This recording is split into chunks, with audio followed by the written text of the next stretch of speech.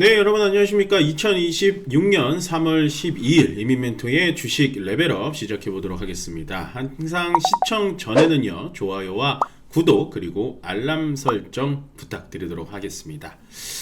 네, 일단은 말씀드리기 전에 주식 매매 다이어리 항상 말씀드리고 있죠. 제 왼쪽에 나오는 QR코드로 여러분들 카메라 어플 키셔가지고 갖다 대시기만 하면 구매 사이트로 넘어가니까 편하게 구입하셔도 좋고요. 방법을 모르시겠다 하시는 분들은 1644-6646으로 전화 주셔서 구매 방법 아니면 직접 구매하겠다 이렇게 얘기하시면 될 것 같습니다.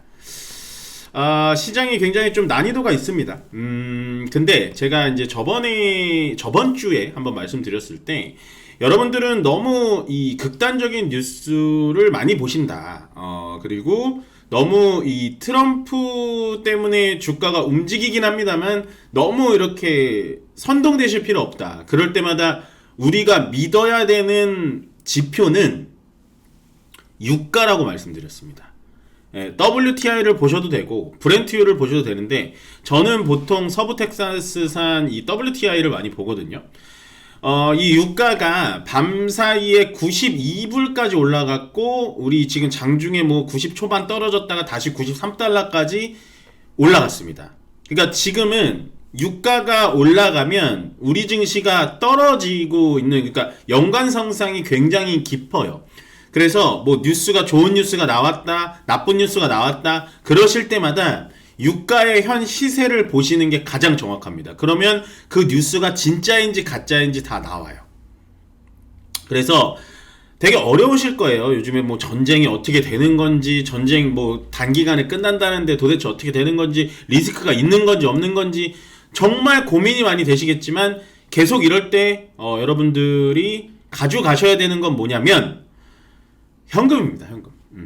되게 진부한 얘기예요. 사실은 뭐 이렇게 주식 전문가가 현금을 가져가라라고 얘기한다는 거 자체는 뭐 쉽지 않은 얘기이기도 합니다. 그렇지만 저번 주 이제 이 시장이 폭락이 나올 때부터 현금 얘기를 강요드린 게 저번 주에 그거를 못 하셨다면, 왜냐면 저번 주 반등이 정말 세게 나왔으니까 못 하셨다면 이번 주에라도 해야 된다라고 말씀드린 게, 시장은 올라갈 듯 하면 내려가고요, 내려갈 듯 하면 올라갑니다.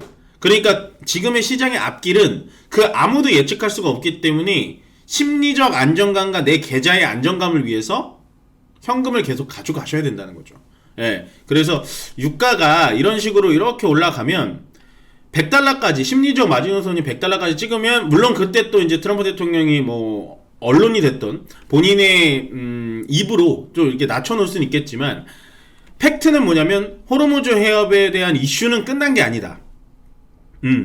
반등을 주면은 그때 가서 생각해봐도 된다. 바닥이라고 섣부르게 판단하지 마셔라 라고 말씀을 좀 드려볼게요. 그 다음에 이게 이제 요게 참 단독기사라서 제가 담아왔는데, 역시나 이제 단독기사들, 특히나 우리가 알지 못하는 이 호르무즈 해협에 대한 얘기에 대한 기사는 쉽게 믿으시면 안 돼요. 요게 처음에 WTI가 또 90달러 깨면서 내려가더라고요. 그래서 딱 보니까 인도국 쪽의 유조선은 이란이 통과를 하게 허가를 해준대요.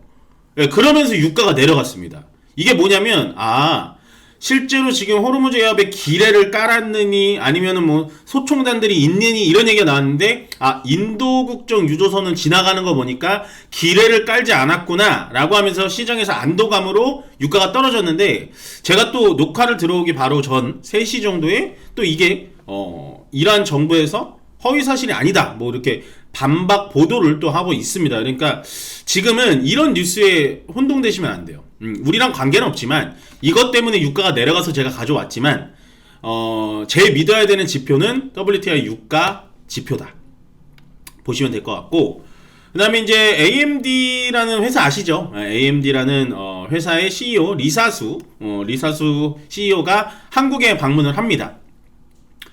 의미가 있어요.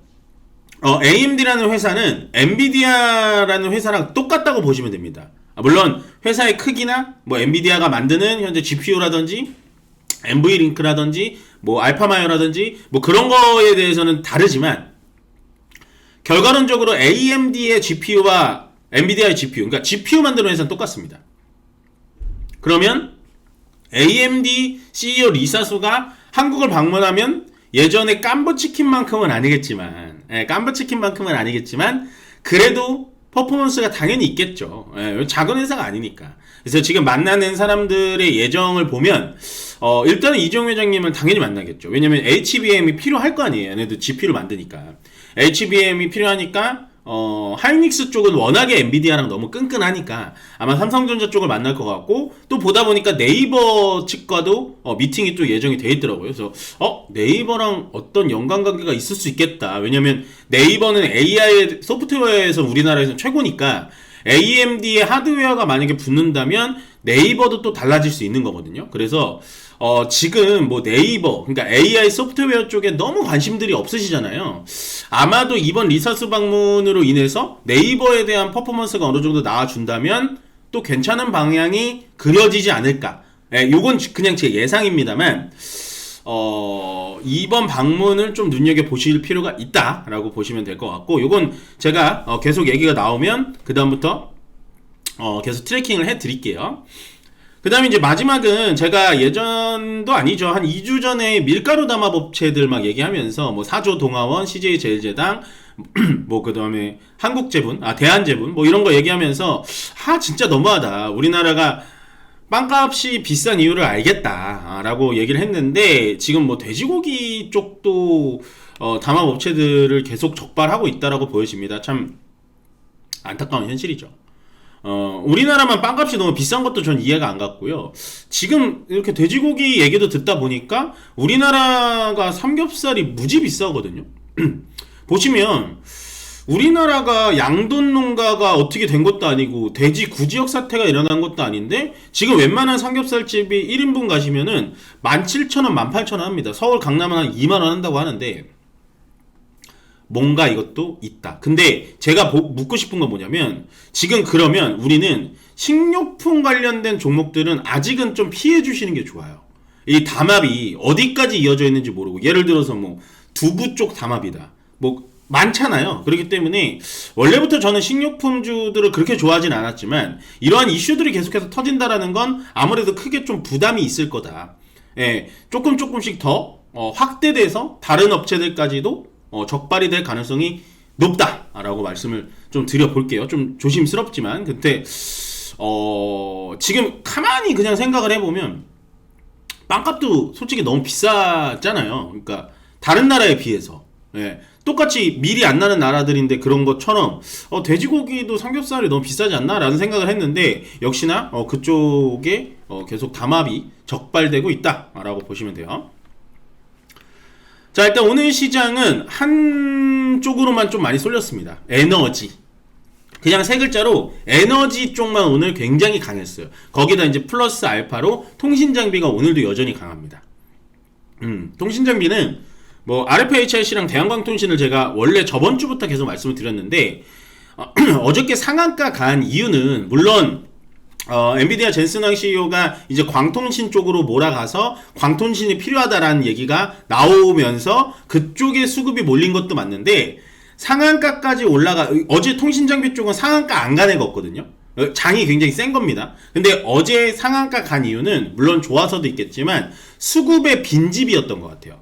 여태까지 이 통신장비 쪽에 대해서는 시장에 관심이 너무 전무하다 보니까 없던 수급이 들어와서 매수하는 사람이 갑자기 너무 많아지니까 상한가까지 올라간 거 아닐까. 물론 오늘도 상승을 했지만 그렇게 보시면 되고, 대체에너지나 원전은 좀 묶어서 볼게요. 원래 묶을 필요는 없지만 저는 원래 대체에너지 쪽에서 본다면은, 굳이 본다면 수소 연료전지 그쪽만 좀 봤는데, 역시나 태양광, 풍력, 수소 뭐 다 좋습니다.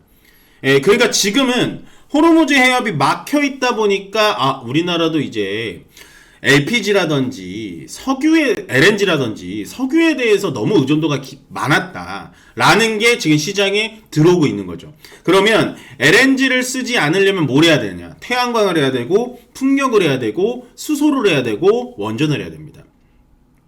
그래서 제가 대체 에너지로 묶었는데, 그 중에서 저는 수소에너지, 태양광은 좋게 보는데, 풍력은 아직 너무 효율이 안 나와가지고 그렇게 좀 긍정적이게 말씀드리기가 어려워요. 그 반면에 이제 원전은 어딜 보셔야 되냐? 신규 원전이야 이제 체코 쪽도 있고 지금 뭐 대만도 한다 그러고 일본도 한다 그러고 유럽에서는 어저께 어떤 얘기 나왔죠? 탈원전이 가장 후회되는 정책이다까지 나왔는데 전 세계에서 원전을 잘하는 나라가 누가 있나요?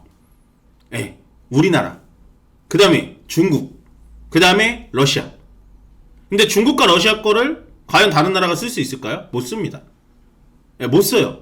그러니까 우리나라 원전은 앞으로 수주가 굉장히 많아질 것 같아요. 물론 지금 제가 맨날 말씀드렸던 두산에너빌리티, 현대건설, 뭐 우진 시리즈 얘네들 정말 많이 올라갔습니다. 올라갔기 때문에 지금은 따라잡을 필요는 없지만 만약에 원전 쪽이 좀 늘려준다면 저는 신규 매수의 타점으로 보셔도 될 것 같아요. 전체적인 시장이 원전 중심으로 갈 수밖에 없다. 이 원전은 대체에너지보다 훨씬 셉니다. 예, 훨씬 세요. 대체에너지는 설치비에 비해서 이 발전 용량이 작거든요. 그러니까 가성비가 떨어져요. 근데 원전 같은 경우에는 가성비가 좋습니다. 거기다가 지금 원전에 또 뭐가 바람이 불고 있죠? 예, 폐쇄 원전을 고쳐서 쓰자. 왜? 원전이라는 건 한 번 지으려면 10년 이상이 걸리니까. 예, 그래서 원래 저는 이제 한전 KPS 같은 종목들은 원전 보수기 때문에 조금 별로입니다라고 했지만 만약에 폐쇄 원전을 다시 돌려야 된다라고 하면 한전 KPS 같은 종목들도 다시 올라가겠죠. 그렇게 보시면 되고 약세 업종은 오늘 전체적으로 좀 약한데 요 사이 계속해서 약한 부분을 좀 찝어 드릴게요. 피부 미용 쪽은 좋지가 않아요. 왜냐면 전체적으로 지금 전쟁 이슈가 좀 있다 보니까 그렇게 되면 소비주들이 좀 축소가 될 수밖에 없습니다. 왜냐면 외부적인 변수로 인해서 계속해서 전쟁이라든지 안 좋은 매크로가 터지면 내부의 피부 미용, 뭐 백화점, 편의점 소비주들이 다 좋지 않아요. 그래서 많이 내려왔다. 기회를 잡아보시면 되고 반도체는 오늘 시장이 전체 눌리니까 삼성전자, 하이닉스 중심으로 조금 빠져준다라고 보시면 되고 지주 금융사는 좀 아쉽습니다. 저는 지주사가 어제 자사주 소각이 나오고 오늘도 계속해서 자사주 소각이 나오는데 지주사가 생각보다 너무 약하다. 그러면 이걸 어떻게 받아야 되냐? 제가 봤을 땐 자사주 소각으로 매집했던 세력들이 이제 자사주 소각을 실제로 하니까 단기적으로 팔고 나오는 것 같아요. 그러면 장기적으로 보면 어떠냐? 자사주 소각을 한다라는 것은 결국에는 유통 관련된 유통 물량 주식 수를 줄어드는 거기 때문에 장기적으로는 우상향 가능성이 높다. 그러면 만약에 지주사들이 요새처럼 세론으로 계속해서 빠진다면 그리고 자사주 소각을 강하게 하는 기업이라면 장기적으로 봤을 땐 무조건 우상향할 가능성이 높다. 까지 말씀드리도록 하겠습니다. 네, 끝으로 좋아요와 구독 그리고 알람 설정은 저에게 많이 힘이 된다라는 점 꼭 기억해 주시고요. 저는 여기서 마무리 짓고 내일 여러분들 뵙도록 하겠습니다. 고맙습니다.